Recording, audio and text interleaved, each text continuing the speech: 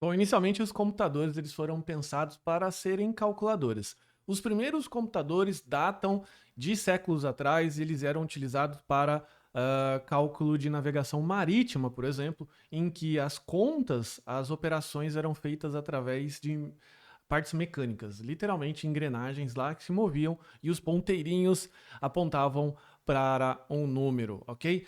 A tecnologia evoluiu do tear mecânico de Charles Babbage, a gente seguiu para os computadores valvulados, depois transistorizados na década de 40 a 50 e depois o restante é história, né? A gente tem hoje os computadores bastante modernos que são encapsulados aí em chips eletrônicos. Só que a sua síntese, o gene dos computadores é ainda serem basicamente máquinas de cálculo.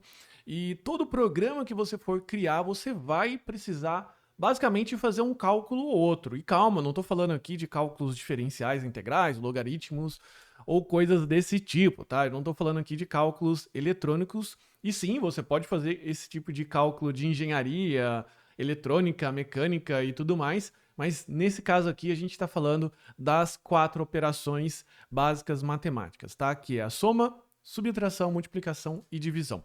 Se você for abrir o seu console ou pegar lá o seu arquivinho modelo, você pode já começar a fazer somas simples, como por exemplo 2 mais 2, aqui se eu pegar o meu console, 2 mais 2, sem novidade, ele retorna 4, ok?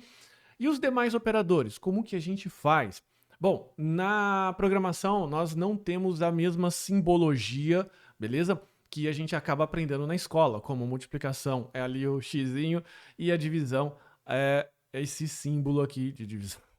Então, na soma, na programação, a soma continua sendo soma, subtração continua sendo o menos do teclado, a multiplicação, o asterisco e a divisão, essa barra. Isso porque os nossos teclados, o meu e o seu, provavelmente, ele tem essa limitação de caracteres. Não dá para colocar todos os caracteres da tabela no nosso teclado, porque ficaria inviável. Então, inicialmente, lá nas primeiras versões, podemos dizer assim, de sistema operacional, teclado, nos primeiros computadores, como não tínhamos isso, a gente acabou herdando ainda essa simbologia em que, olha, se você colocar esse símbolo lá no seu código, não vai funcionar. Precisa ser a barrinha se você quiser fazer uma divisão, beleza? Então, como que a gente consegue fazer?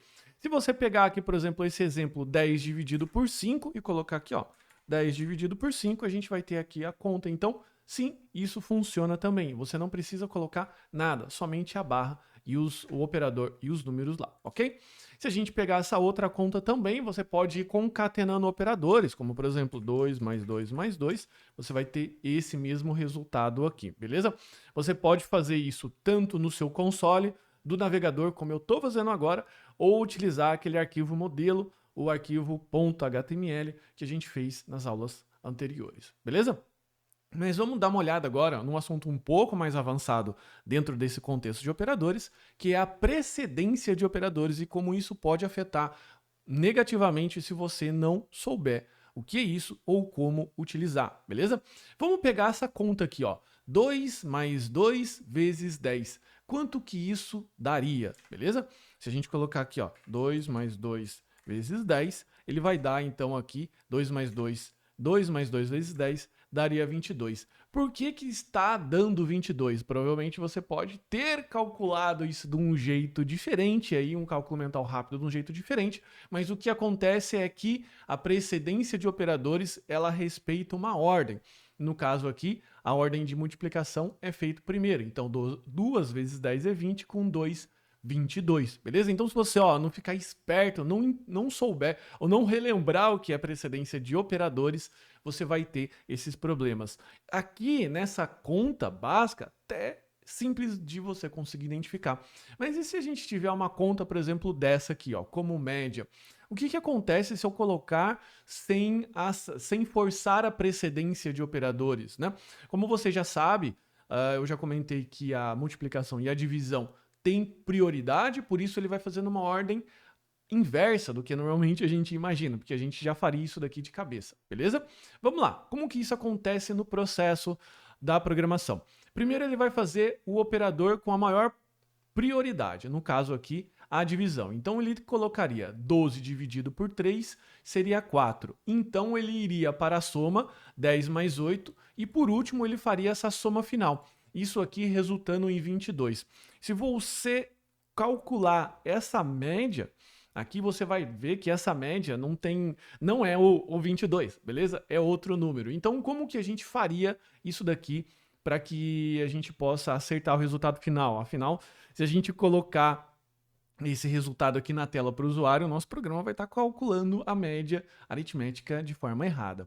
Para consertar esse problema que nós temos aqui nesse cálculo de média, basta a gente colocar aqui e forçar essa precedência. Uma forma de forçar ou burlar a prioridade do operador é a gente colocar aqui a conta inicial em grupos. Então, nesse caso aqui, a gente tem 10 com 8 e 12, 30. Isso daqui dividido por 3, o resultado é 10. E veja que, óbvio, 10 é diferente de 22. Aliás, bastante diferente. Então, você precisa ficar bastante atento a essa questão quando você for utilizar operadores de divisão e de vezes, porque ele tem precedência sobre o de soma e subtração, beleza? Aqui está para te ajudar uma tabela básica de precedência, dependendo da linguagem de programação que você estiver utilizando. Tem mais alguns operadores, mas essa é a tabela básica que você pode seguir. Você pode imprimir, você pode escrever isso daqui, tirar um print, enfim, essa é a tabela básica de precedência. Então, primeiro, sempre vai seguir os grupos. Então, tudo que você forçar entre parênteses, ele vai ter prioridade sobre os demais. Segundo, exponenciação, que você pode fazer com 2 sinais de multiplicação. A multiplicação, divisão, soma e subtração, beleza? Então, fica atento com isso daqui para você não ter problemas nas suas continhas aí, nos seus programas, ok? Quais são os próximos passos, então? Bom, agora você precisa treinar com diversas contas. Faça conta de média, como a gente fez, né? Repita essa conta, por exemplo. Faça aí, eventualmente, um cálculo de datas, cálculo de média de combustível. Faça. Aqui o treino é livre, podemos dizer assim. Pelo menos recapitule essas contas que a gente fez aqui, essas continhas básicas, e treine aí no seu console. Pelo menos faça isso, tá? E depois você pode extrapolar para outras contas que você desejar fazer, beleza? Então, esse foi o assunto sobre precedência de operadores. É um assunto extremamente importante, mas muitas vezes esquecido por alguns iniciantes, que podem fazer com que o resultado do seu programa dê totalmente errado, e com isso você pode estar errando numa conta sem que a linguagem, mesmo o programa executando, você pode ter resultados errados aí, beleza? Então é isso daí, até a próxima aula.